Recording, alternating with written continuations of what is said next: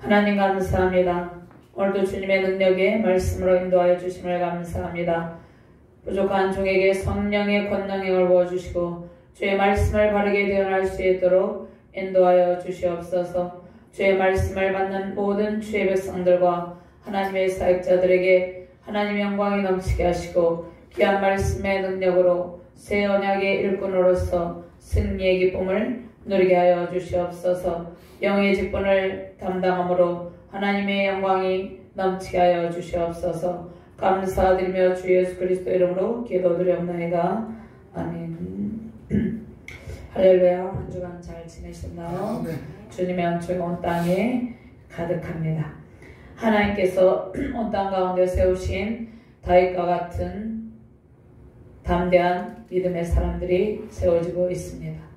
또 다니엘과 같은 믿음의 일꾼이 세계 열방 가운데 일어나고 있습니다. 또 사도 바울같이 또 사도들같이 담대한 믿음의 사역자들이 온 땅 가운데 가득히 일어나기를 소망합니다.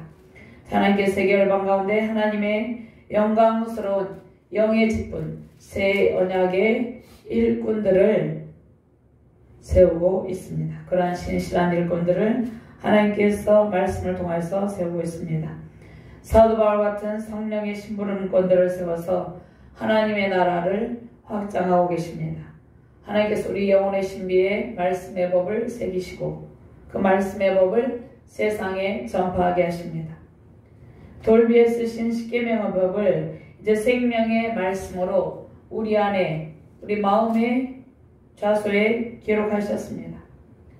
자, 우리는 하나님의 말씀이 새겨진 예수 그리스도의 편지로 그 편지를 세상에 전달하는 새 언약의 일꾼입니다. 세상의 불의와 불법에 맞서서 믿음을 지키고 생명을 살리는 담대한 성령의 심부름꾼들이 되시기를 주님의 이름으로 축원합니다. 자, 고린도서는 사도 바울이 자신의 사도직을 변호합니다. 또 사도의 권위를 변호함으로 고린도교의 성도들과 또 사도 바울 사이에 화목을 추구하고 있습니다. 또 교회의 질서를 세우려고 기록한 바울의 고린도 교회를 향한 목회 서신입니다. 고린도 교회는 바울이 세웠는데 바울은 순회 전도자로서 한 교회에 머물러 있지 않고 순회하면서 교회를 세우고 또 다른 곳에 가서 교회를 세우고 이렇게 하는 개척 전도 전략을 가지고 있었습니다. 그래서 바울이 자신의 사도직, 사도로서 자신의 직무를 자신이 변호하는 것이 이제 1장 10절에서 7장 16절까지 주 내용입니다. 바울은 자신의 변호로 고린도 교회가 어느 정도 회복되었지만 아직도 고린도 교회 내에 남아있는 바울을 대적하는 그러한 잔존 세력이 있었어요. 그래서 그 불신 세력을 완전히 없애고 완전한 화목을 이루고 싶어 합니다. 그래서 이 편지를 쓰고 또 바울은 또 여러 차례 방문을 하고자 했으나 그 계획을 변경하고 또 고린도 교회 교인들과 사도 바울과의 오랫동안 갈등이 있었습니다. 서로 오해가 있었습니다. 그래서 그것을 해소하고자 바울이 이 편지를 쓴 것입니다. 근데 교회 안에서 목회자와 성도 간에 서로 오해하는 부분이 있는데 이제 목회자의 좋은 부분을 생각할 때도 있지만 좋지 않은 부분에 대해서 서로 비난할 때도 있는데 또 서로 불신의 관계가 형성이 되었을 때나 또 오해가 있을 때도 있었습니다. 그런데 먼저 오늘 말씀에서 보면 바울이 먼저 신실한 목회자로서 신실한 성령의 일꾼으로서 그 본을 보이고 먼저 손을 내미는 모습을 볼 수 있습니다. 하나님 앞에 성령의 심부름꾼으로 사명을 다하는 것이 목회자의 책무이죠. 그러니까 목회자들은 자신을 오해하고 비난하는 성도를 어떻게 해야 됩니까? 용서와 사랑으로 받아주고 혹여 실수가 있을 때는 또 성도는 실수할 땐 시인하고, 또 목회자 자신도 자신의 잘못이 있을 때는 그것을 시인하고 바른 목회자로서의 길을 걸어가야 된다는 것입니다.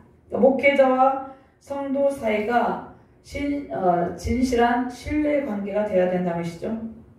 이것이 교회의 영적 성장을 위해서, 교회 성장을 위해서 목회자 성도는 서로 위아래가 아니라 동역하는 동역자로서의 관계입니다. 그러니까 목회자와 성도가 동역자라는 것입니다. 동역자. 그리고 동역자가 서로 신뢰의 관계를 가져야 되겠죠. 교회의 성장을 위해서, 교회 부흥을 위해서 동역하는 관계입니다. 교회 회복을 위해서 동역하는 관계예요. 교회 회복을 위해서 목회자와 성도와의 관계, 목자와 양의 관계는 바른 관계가 이루어져야 된다는 것입니다. 먼저 목자는 양을 위해서 생명을 다하는 자세가 필요합니다. 그런데 우리는 서로 이 코로나 상황 가운데서 목회자와 성도가 서로 불신하기도 합니다. 서로 의견이 다른 상황에서 다른 견해를 보이기도 합니다.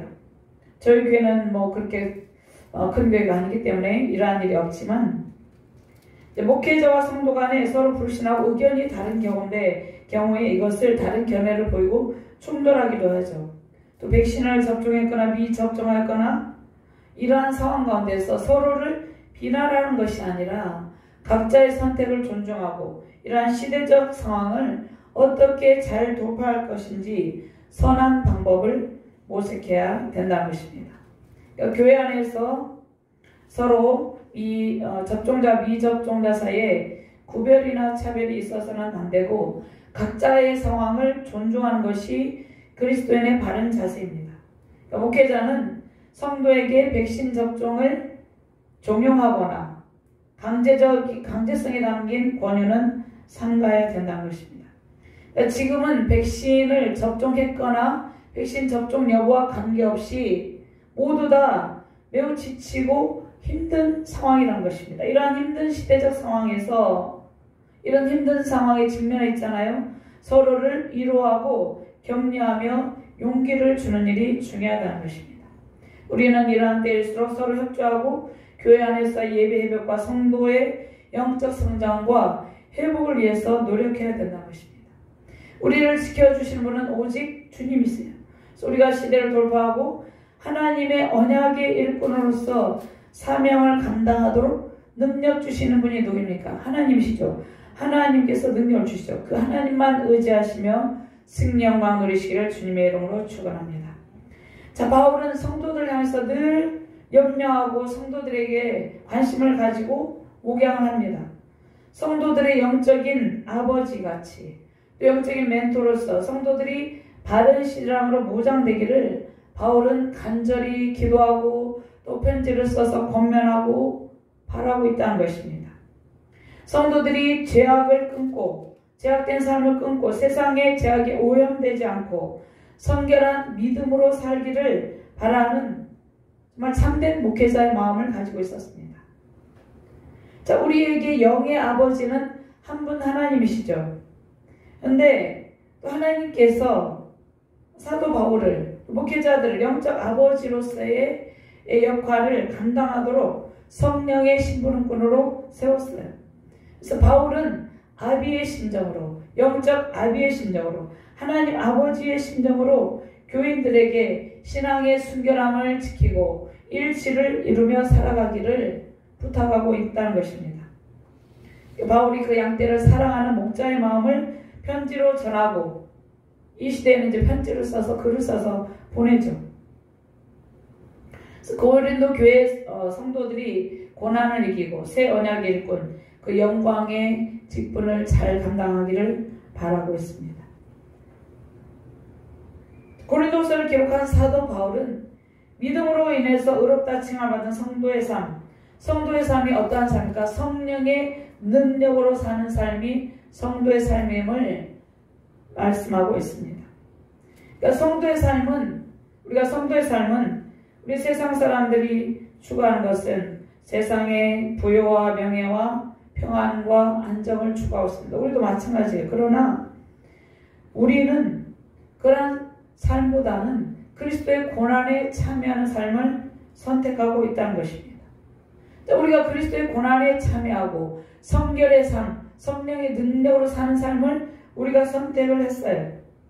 사도 바울도 회심 이전에는 그러한 삶에 반대되는 삶을 살았지만 다메섹 도상에서 예수님 만나고 회심한 뒤에는 성령의 담대함으로 오직 성령의 능력으로 사역을 하고 있었다는 것입니다.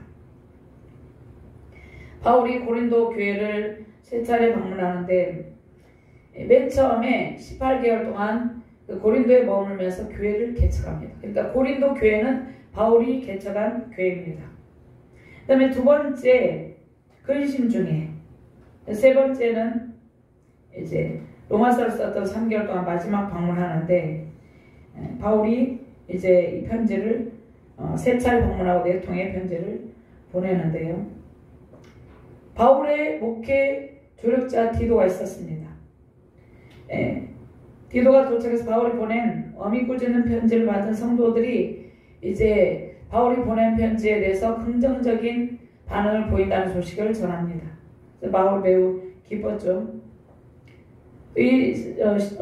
바울이 이 편지를 쓴 이러한 상황, 시대적 상황에 두 번째로 사도 바울을 공개적으로 반대하는 사람이 있었어요. 그 사람 중 일부가 성도들에게 좋지 않은 영향을 미친다는 그러한 소식을 듣습니다. 또 바울이 오늘 이 고린도서를 이해하려면 이것을 좀 알아야 되기 때문에 편지를 쓴 3가지 목적이 있습니다. 그 바울이 그들을 책망하는 편지를 썼어요. 그들의 잘못에 대해서 엄히 꾸짖는 편지를 썼는데 거기에 대해서 긍정적인 반응을 보인 것에 대해서 안도하고 그 기쁨을 전합니다. 또 성도들이 바울이 예루살렘 교회가 기근을 당해서 어려웠어요. 그래서 여러 교회들에게 헌금을 받아서 그 교회를 돕는 사역을 바울이 했습니다. 전달하는 사역을 했죠. 성도를 돕기 위해서 약속한 연보를 바울이 방문하기 전에 좀 마련해 달라 그것을 당부하기 위해서.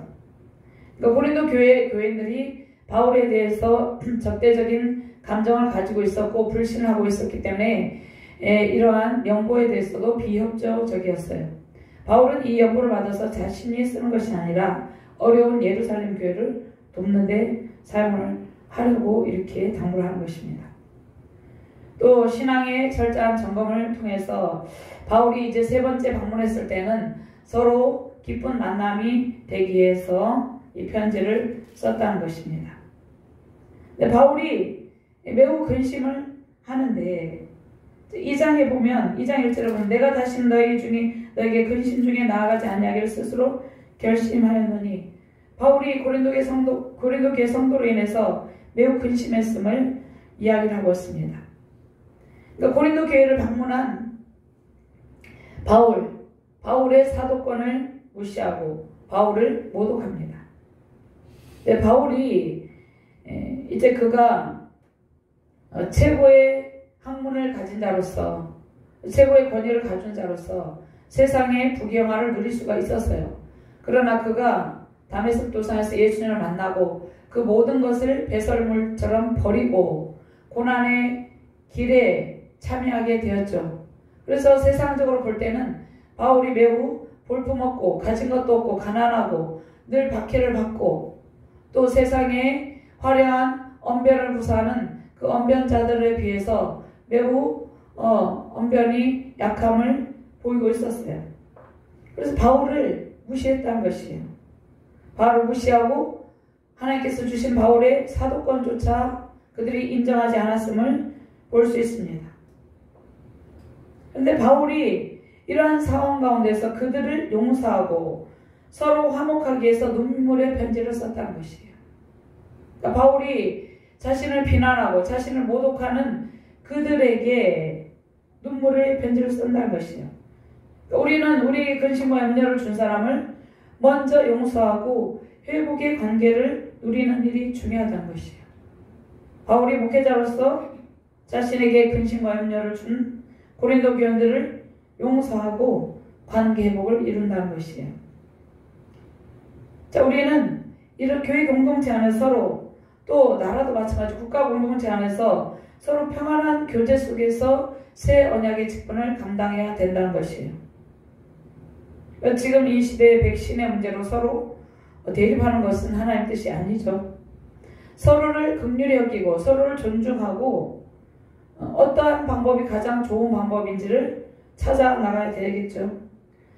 사도는 예수님의 부활을 직접 목격한 예수님의 제자들입니다. 근데 바울은 다메섹 도상에서 부활하신 예수님을 직접 만났어요. 그리스도께서 사도 바울을 부르시고 이방인의 사도로 직접 세우셨다는 것이에요. 그래서 바울은 사도 중에 사도예요. 사도적 사역은 하나님의 은총을 부활하신 예수님을 전달하는 복음의 전달자 역할을 하죠. 그 다음에 성령의 신분을 끊어로서 영의 영광스러운 직분에 충성을 다하는 직무라는 것입니다. 그러니까 고린도 교회들이 바울의 이러한 정말 엄청난 사도직을 인정하지 않고 있었다는 것이죠.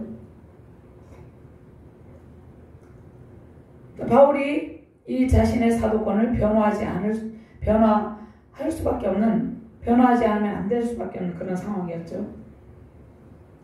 자, 우리는 새 언약의 일꾼을 우리가 부르심 받았어. 우리도 사도 바울처럼 우리도 새 영광의 직무를 감당하고 있다는 것이에요. 근데 이러한 직무에 우리가 충성을 다할 수 있는 것은 우리의 힘으로는 불가능해요. 우리는 하나님의 능력을 받아야지 우리는 새 언약의 일꾼의 사명을 감당할 수 있다는 것입니다. 오늘 주시는 말씀의 능력으로 새 언약의 일꾼으로서 사명을 잘 감당하시며 영광스러운 하나님의 영으로 충만하시기를 주님의 이름으로 축원합니다. 첫 번째로 사도직을 주심을 확증하는 그리스도의 추천서. 추천서는 누구입니까? 고린도 교회의 성도들이죠.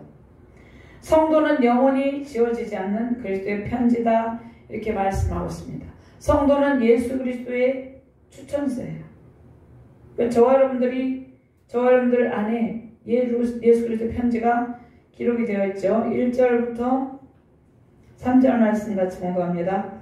우리가 다시 자천하기를 시작하겠느냐? 우리가 어찌 어떤 사람처럼 추천서를 너에게 붙이거나 혹은 너에게 받거나 할 필요가 있느냐? 너희는 우리의 편지라 우리 마음에 썼고 무사람이 알고 있는 바라. 너희는 우리로 말미암아 나타난 그리스도의 편지니 이는 복으로 쓴 것이 아니요 오직 살아계신 하나님의 영으로 쓴 것이며 또 돌판에 쓴 것이 아니요 오직 육의 마음판에 쓴 것이라.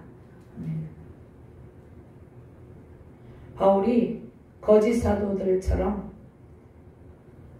자신에게 추천서가 필요 없다 이렇게 이야기를 하고 있습니다. 고린도 교회 성도들 자체가 바울의 사도권을 입증하는 그리스도의 추천서다 이렇게 말씀하고 있다는 것입니다. 그런 고린도 교회 성도들은 바울이 눈물로 기도하고 정말 애써서 그들을 위해서 기도하고 전도하고 교회를 세워서 세운 존재들이죠. 그 성도들, 회심한 성도들 존재 자체가 바울의 마음에 새겨진 바울을 위한 하나님의 추천서다. 이것을 모든 사람이 알고 있다. 이렇게 이야기를 하고 있습니다. 2절 말씀. 그 다음에 고린도교회 성도들의 존재는 먹으로, 옛날에 먹에 썼죠. 먹으로 쓰거나 돌비에 새긴 것이 아니라 성령으로 마음판에 새겨진 바울을 위한 그리스도의 추천자이다. 이렇게 이야기하고 있습니다. 그러니까 바울은 자신의 사도적 직무를 통해서 자신이 고린도 교회를 세웠죠. 하나님 능력으로 세웠죠. 그 성도들 자체가 바울이 사도임을 증명한다 이렇게 이야기를 하고 있다는 것입니다. 고린도 교회 안에 성도들이 처음부터 회심한 믿음에 신실한 성도들이 아니었어요. 그런데 사도 바울의 사역을 통해서 고린도 교회 회심한 성도들이 많이 생겨나게 되었어요. 그 성도들 자체가 바울이 진실된 사도, 진실된 목회자임을 증명하고 있다는 것입니다. 당시에 거짓 설교자들이 있었어요. 또 사기꾼들이 있었죠. 그 교회가 종교 개혁 이전에 많이 타락을 했죠. 그러니까 거짓 설교자나 영적으로 타락한 사기꾼들이 있다는 것이에요. 그런 사기꾼들의 유입을 막기 위해서 막기한 수단으로 목회할 때, 다른 도시에서 목회할 때 추천서가 필요했어요. 그런데 추천서가 필요했는데 바울은 이제 추천서를 필요할 때 좋은 거를 공적으로 인정받고 그러한 내용들을 기록을 하죠. 근데 바울이 사람의 칭찬이나 사람의 손으로 기록한 공적이 하나님께서 직접 기록하신, 하나님 영으로 기록하신 그 추천서와 비교할 수 없음을 이야기를 하고 있다는 것입니다. 그래서 추천서를 고린도 교회에 보내지 않았어요. 왜 이것을 보내지 않았습니까? 바울이 이 편지를 보내지 않은 이유는 당시 이 추천서를 악용하는 거짓 사도들이 있었기 때문이에요. 그러니까 거짓으로 추천서를 쓰는 것이죠. 이 시대에도 이러한 일들이 있겠죠. 거짓 사도도 있었기 때문에 바울이 추천서를 보내지 않고 있었는데 바울을 적대하는 적대자들이 이것을 추천서를 보내지 않는 사실을 가지고 바울을 공격한다는 것입니다. 그래서 예상하고 이 편지를 쓴다는 것입니다. 근데 바울도 추천서를 쓴 적이 있어요. 바울이 디모데, 마가, 베베를 추천할 때 추천서를 썼어요.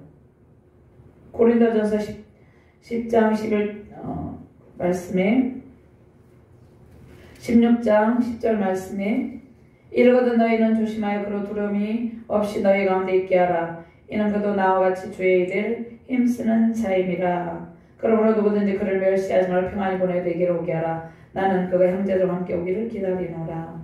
디모데를 추천할 때 이 편지를 추천서를 씁니다. 또 로마서 16장 1절 말씀에 내가 겐그레아 교회 일꾼으로 있는 우리 자매 베베를 너에게 추천하노니 뭐라고 이야기합니까? 너희는 주 안에 성도 잡다 내주로 그를 영접하고 무엇이든지 그에게 소명되는 바를 도와줄지니 이는 그가 예루살렘과 나의 보호자가 되었습니다. 추천서를 써줍니다. 근데 바울이 추천서를 쓸 수 없는 지금 상황이었죠. 거짓사들 악용했기 때문에 또 그리스도의 편지임을 강조하기 위해서 성도들 자체가 마가도 마찬가지죠. 마가 골로새 4장 10절 나와 함께 같이 아리스도와 바나바 생주 마가 이 마가에 대해 너희가 명을 받았으며 그가 이르되 영접하라 이렇게 말씀하십니다. 우리가 직장이나 기업에 들어갈 때 추천서가 필요할 때가 있어요. 또 우리가 신학대학원에 들어갈 때도 추천서를 받습니다. 다니는 자기가 섬기는 교회 담임 목사님의 추천서를 첨부해서 들어갑니다. 그걸 첨부하죠. 합격 그 통지서 받기 전에 그 모든 서류에 그것이 필요합니다. 또 목회 사역자를 정해서 이동할 때도 필요할 때가 있어요. 또 목사 안수 받을 때도 추천서를 필요로 하는 교단들이 있습니다. 근데 바울 당시에 추천서가 매우 필요한 중요한 역할을 했음을 알 수 있죠. 그런데 바울이 추천서를 보내지 않은 것은 바울이 전달하고자 하는 그러한 내용이 있었기 때문인데 바울은 사람의 칭찬이나 인정을 받기 위해서 사역하지 않았다는 것을 지금 말씀하고 있다는 것입니다. 하나님 앞에 진실하게 사역했고 깨끗하고 선한 양심으로 회심한 성도들을 배출했음을 이야기를 하고 있습니다. 그 회심한 성도들을 배출한 교회가 고린도 교회의 성도들이라는 것입니다. 근데 바울은 거짓 사도들처럼 자신의 사역을 위해서 사역하지 않고 오직 하나님의 신실한 일꾼으로 복음 전파의 사명을 다했음을 이야기를 하고 있다는 것이에요. 그러니까 바울의 사도직의 증거가 누구입니까? 사람이 써준 종이 추천서가 아니라 고린도 교회의 회심한 성도들, 신실한 믿음의 성도들이 바울을 추천한 추천서라는 것입니다. 1절 말씀에 너희는 우리의 편지라 우리 마음에서 무엇 사람이 알고 있는 바라. 고린도 교회 자체가 바울의 사도직을 강력하게 증거하는 편지라는 것입니다. 하나님께서 바울의 마음에 직접 써주신 영원히 변하지 않는 확실한 추천서 자체가 고린도 교회와 성도들입니다. 근데 고린도 교회 성도들이 바울의 마음에 새겨진 소개장이고 그것은 누구나 다 알고 인정하며 읽을 수 있는 편지라는 것입니다. 번역본에 의하면 여러분 자신들이 우리 마음에 바로 우리 마음에 새겨져 있는 소개장이 아닙니까? 그것은 누구에게나 다 통하고 누구든지 읽을 수 있는 소개장입니다. 이렇게 이야기를 하고 있다는 것입니다. 종이에 쓴 것이 아니라 마음에 쓴 편지, 육의 신비에 마음에 기록한 새겨진 추천서인데 이것은 무엇을 의미합니까? 우리의 마음을 헬라어로 카르디아, 심장을 가리킵니다. 성경에서 육체적 우리의 마음의 생명의 좌소를 카르디아라는데 육체 생명의 중심입니다. 원천입니다. 모든 도덕적인 판단과 결정이 이루어지는 곳으로 우리의 감정과 우리 마음의 소원이 발생하는 곳, 사랑이 샘솟는 곳, 그것이 마음입니다. 마음. 그러니까 바울은 자신의 카르디아에 마음의 편지가 쓰여져 있다. 이것은 사람이 쓴 종이 추천서와는 비교할 수 없는 아주 귀중한 가치가 있다. 이것을 이야기하고 있다는 것입니다. 바울은 종이에 불과한 추천서를 가지고 고린도 지역에 복음을 팔고 다니는 거짓 사도들이 있었어요. 자신은 그 거짓 사도들과 완전히 다른 진정한 사도이다. 눈물로 그들을 위해서 기도하여서 눈물로 뿌린 복음의 씨앗이 자라서 열매 맺은 고린도 교회 또 성도들, 그 회심한 성도들이 바울이 진정한 사도임을 증명하고 있다. 이렇게 이야기하고 있습니다. 우리도 마찬가지예요. 우리가 하나님의 자녀이고 우리 하나님의 신실한 일꾼임을 누가 증거합니까? 우리 안에 복음으로 낳은 영적 자녀들이 우리 안에 새겨져 있어요. 우리가 복음의 씨앗을 심어서 복음으로 낳은 영적 자녀들이 있잖아요. 교회는 복음의 씨앗이 자라서 회심한 성도들로 세워진다는 것이에요. 교회 안에 심긴 진정한 그리스도인들이 목회자의 마음에 새겨진 편지들이라는 것입니다. 그래서 그들이 또 새 언약이 일꾼이 되어서 또 다른 복음의 씨앗을 뿌리고 열매를 맺게 된다는 것입니다. 그러니까 진정으로 회심한 성도들이 있는 곳이 교회예요. 회심한 성도들, 자신의 죄를 깨닫고 예수 그리스도를 인격적으로 받아들인 회심한 성도들이 모여서 세워진 것이 교회라는 것입니다. 그러니까 교회의 존재 가치는 세상의 그 어떤 것과 비교할 수 없는 가장 존귀하며 고귀한 것이라는 것입니다.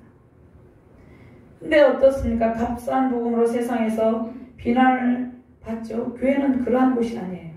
값싼 복음으로 세상에서 비난을 받는 곳이 아니라 값진 복음의 신실한 열매를 맺는 곳이 교회이며 그 교회 안의 성도라는 것입니다. 그럼 사도 바울의 마음에 쓴 편지는 누가 써준 것입니까? 예수 그리스도께서 직접 쓴 편지라는 것입니다. 회심한 고린도 교회 성도들의 마음에도 그리스도의 편지가 기록이 되어 있어요. 그러니까 사도 바울의 마음에도 그리스도의 편지가 기록되어 있고 회심한 고린도 교회 성도들의 마음에도 그리스도의 편지가 기록이 되어 있다는 것입니다. 그것은 새 언약의 법, 말씀의 법, 값진 복음이라는 것입니다. 고린도 교회 성도들 자체가 그리스도의 편지입니다. 그러니까 회심한 우리는 그리스도의 편지예요. 그리스도의 편지 복음의 전달자가 저와 여러분들이에요. 바울이 복음의 도구로 사용된 것처럼 우리도 복음의 도구로 하시기 위해서 우리의 마음의 신비에 복음을 새겨 놓으셨습니다. 고린도 교회 성도들은 그리스도의 편지로 사람들이 변화된 그들의 삶을 통해서 고린도 지역 사람들이 고린도 교회 성도들의 변화된 삶을 통해서 그들을 통해서 그리스도의 편지를 읽고 있다는 것입니다. 그리스도를 발견할 수 있다는 것입니다. 우리는 그리스도를 보여주는 편지이죠. 사람들이 그리스도의 편지인 우리를 읽고 있다는 것이에요. 우리의 변화된 삶을 보고 우리의 가족과 친구, 이웃이 그리스도를 발견하고 그들이 신실한 믿음의 성도들로 세워지기를 주님의 이름으로 축원합니다. 예수 그리스도를 믿는 믿음의 신실한 성도들이 우리를 위해서 세워진다는 것입니다. 그러니까 우리는 하나님께서 베푸신 구원의 잔치에 우리가 무엇을 맡고 있습니까? 말씀을 맡고 하나님 나라 확장의 사역을 돕는 하나님의 수종자들입니다. 복음이 기록된 우리는 하나님의 백성으로서 하나님의 말씀으로서 우리의 마음이 먼저 부드럽게 됩니다. 돌 같은 마음이 돌 같은 내 마음 부드럽게 되는 차나 있잖아. 돌 같은 마음이 새 영으로 새롭게 되어서 새 언약의 일꾼으로서 사명을 감당할 수 있도록 하나님께서 만드신다는 것입니다. 우리 마음이 부드럽고 깨끗하게 되어서 새 언약의 직분, 영광스러운 영의 직분을 잘 감당하시기를 바랍니다. 예레미야 31장 33절 말씀에는요. 그러나 그날 후에 내가 이스라엘 집과 맺을 언약은 이러하니 곧 내가 나의 법을 그들의 속에 두며 그들의 마음에 기록하여 나는 그들의 하나님이 되고 그들은 내 백성이 될 것이라 여호와의 말씀이니라. 에스겔 11장 19절에서 20절 말씀 한번 찾아볼까요?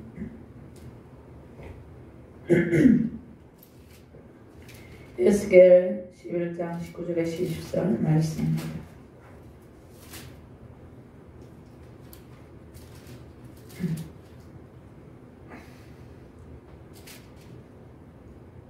같이 봉독합니다.